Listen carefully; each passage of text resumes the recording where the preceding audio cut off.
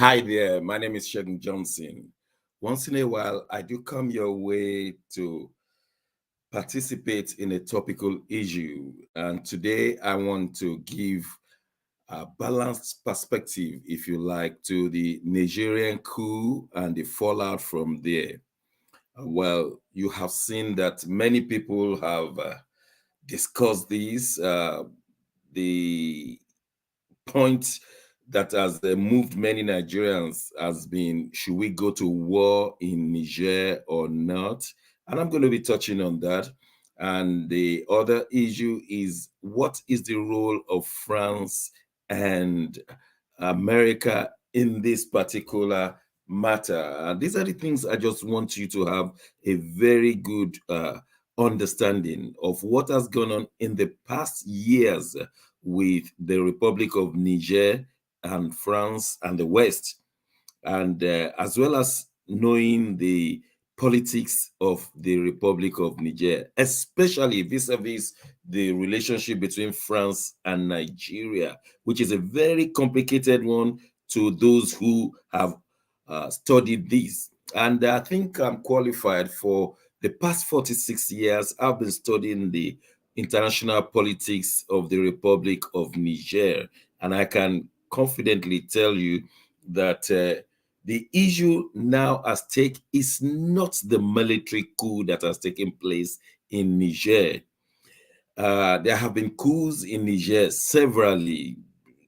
After the first president, there was a coup. Then there were counter coups. Military presidents have been in the Republic of Niger. This is not the first time that they will be experiencing coup d'etat in the Republic of Niger. Some successful, some not successful. So why is this one making a big news? Some people believe it's because of the uranium that France is getting next to nothing. That could be a little part of it, but let me just be very clear at this outset. The real issue is supremacy versus superiority. The Republic of Niger is a very poor country. It depends on industrial in agriculture, little on industries, and also depend on some of what they could eke out of uranium, which has been exploited by the Western world. Now, having said that, the Republic of Niger basically relies solely on France to breathe.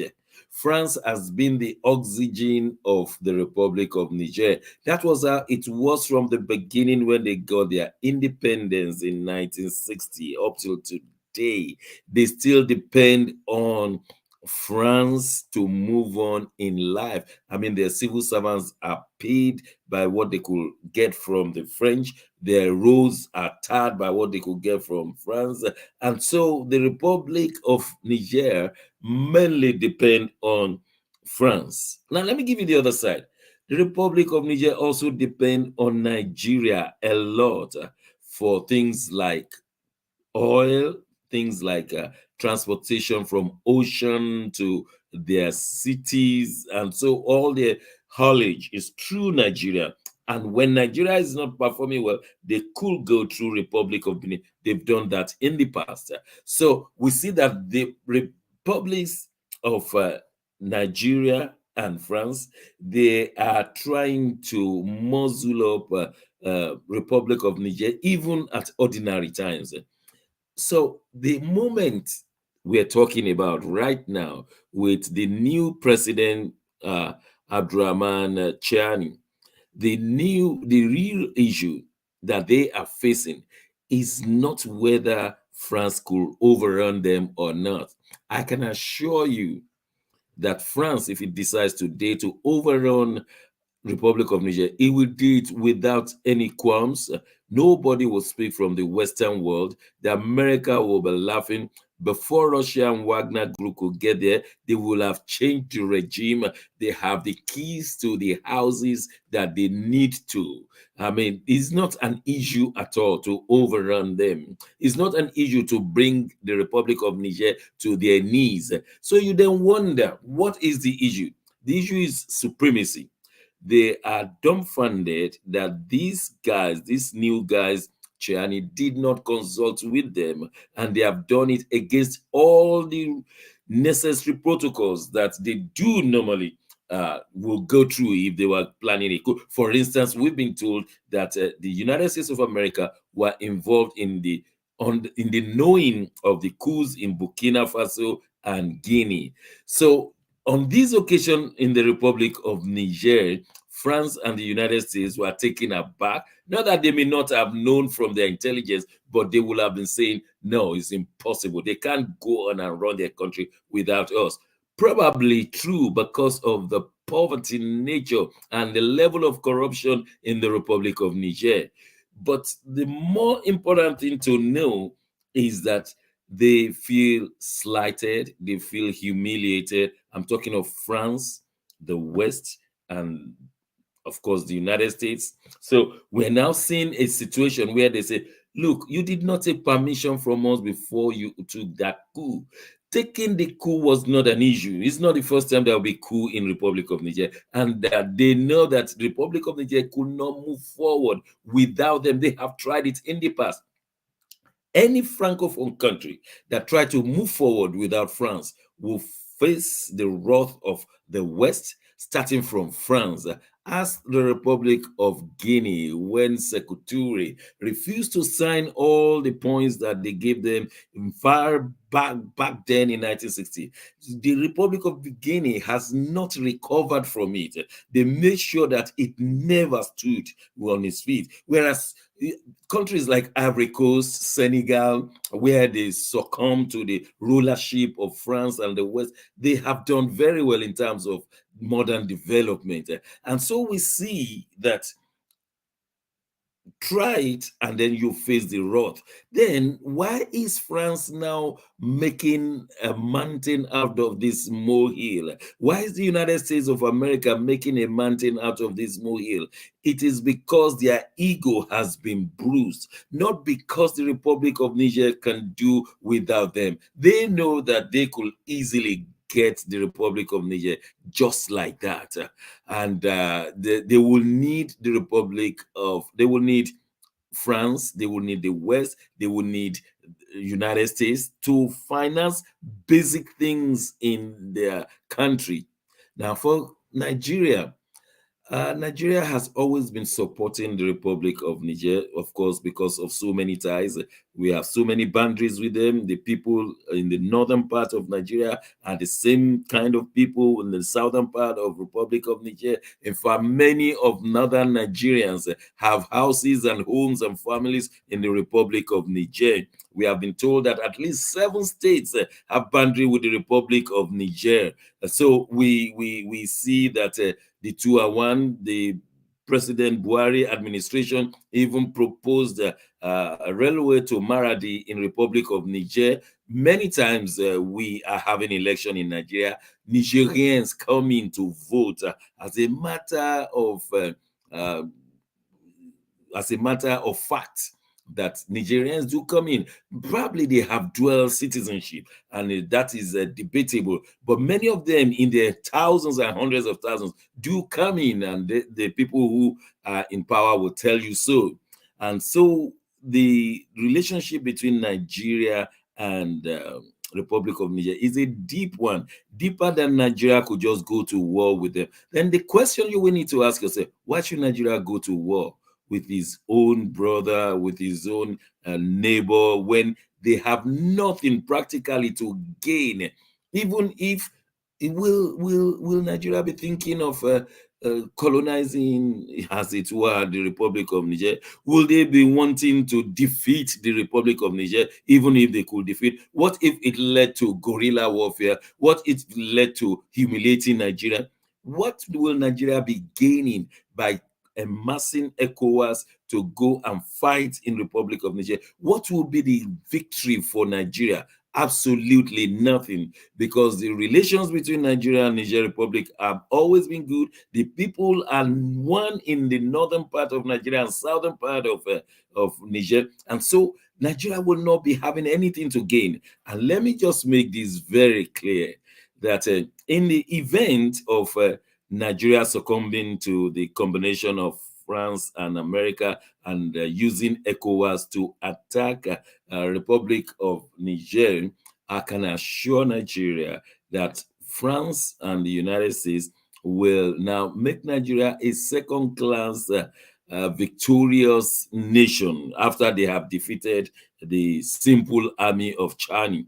I mean, it will just, Nigeria will find itself ridiculous if they should win. So, if at victory, Nigeria and ECOWAS will look like ragtag victors, then why go to the war at all? I believe that the administration in Abuja, they are saying the right thing when they say that they will prioritize diplomatic talks. For them to go into military situation in Republic of Niger will mean a devastating victory, a victory that will turn sour in their face, because France and America will have won, and they will tell Nigeria to take a back seat. Let me tell you a bit of history. Nigeria became independent October 1960, and by December 1960, the Nigerian government, then Balewa regime, asked France to get out of Nigeria.